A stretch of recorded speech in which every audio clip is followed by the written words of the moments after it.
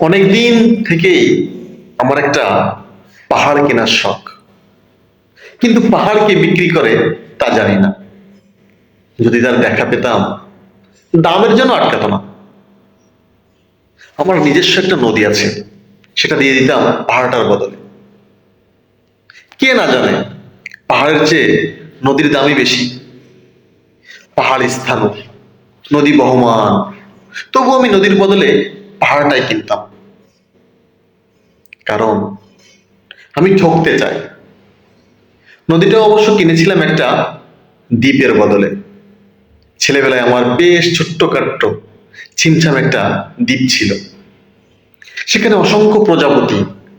শৈশবে দ্বীপটি ছিল আমার বড় প্রিয়। আমার যৌবনে দ্বীপটি আমার কাছে মাপে ছোট লাগলো।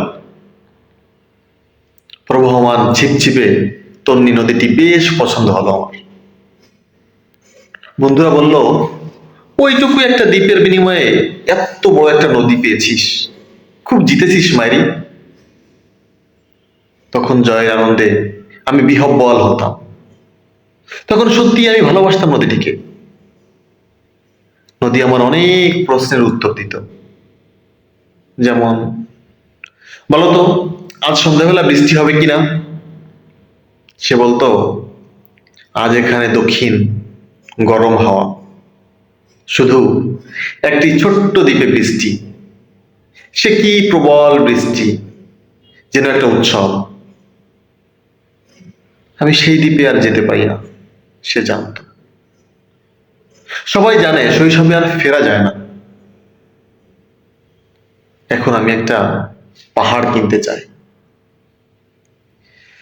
সেই পাহাড়ের পায়ের কাছে থাকবে গহন অরণ্য। আমি সেই অরণ্য পার হয়ে যাব। তারপর শুধু রুক্ষ কঠিন পাহাড়, একেবারে চূড়ায়, মাথার খুব কাছে আকাশ, নিচে বিপুলা পৃথিবী, চরাচরে তীব্র নির্জনতা। আমার কণ্ঠস্বর সেখানে কেউ শুনতে পাবে না।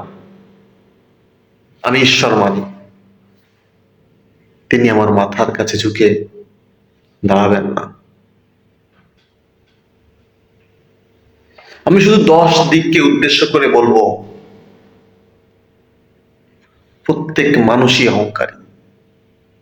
এখানে আমি একা। এখানে আমার কোনো অহংকার নেই। এখানে জয়ী হবার বদলে ক্ষমা চাইতে ভালো লাগে। হে 10 দিক, আমি কোনো দোষ করিনি, আমাকে ক্ষমা কর। ধন্যবাদ।